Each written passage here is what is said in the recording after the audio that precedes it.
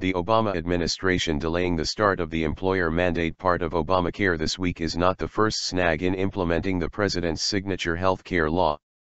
Other parts of the 2010 law have already been delayed or discarded, including a requirement that businesses fill out an IRS form for any purchases over a year exceeding $600. Congress repealed that in June 2011. It was extremely onerous, and raised very little revenue, says Douglas Holtz-Eakin, a former Congressional Budget Office director and chief economic policy advisor to Arizona Republican Sr. John McCain during his 2008 presidential campaign.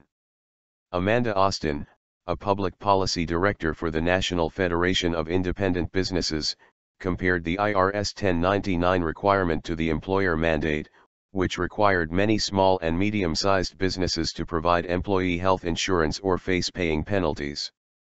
She argued both came with tons of extremely complicated paperwork and that the changes were in large part the result of business uproar.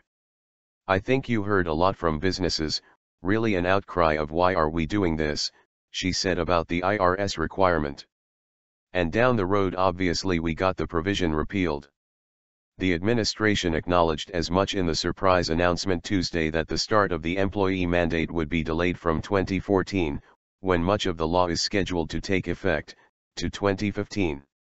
We have heard concerns about the complexity of the requirements and the need for more time to implement them effectively, said Mark J. Mazur, a Treasury Department Assistant Secretary.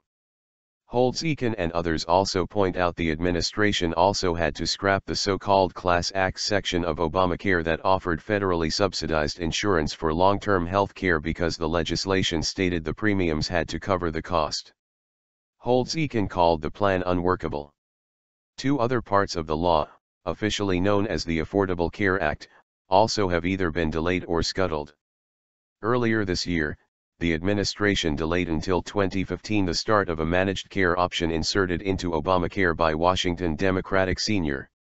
Maria Cantwell, who then accused officials of dragging their feet to avoid lower-cost competition. Our read of the statute is that you're supposed to do it in 2014 and not spend your time luring people into the exchange, Cantwell said in April on Capitol Hill. Is there a bias somewhere in the administration against lower-cost, managed care delivery systems? The administration has also delayed the start of an Obamacare provision known as Shop an Insurance Exchange that gives small business a range of choices. Now those businesses have only one plan, contrary to Obama's vow that the law would provide a range of options. I think the bottom line is that the law is very convoluted, very complicated and is bad policy, said Katie Mahoney, the U.S. Chamber of Commerce's Executive Director of Healthcare Policy. Neil Trontwine, an employee benefits lawyer for the National Retail Federation, says the delays have at least allowed business leaders to return to Capitol Hill to discuss such issues as whether the cutoff for the employer mandate should less than 50 full-time employees and if a 30-hour week is the best definition of a full-time worker.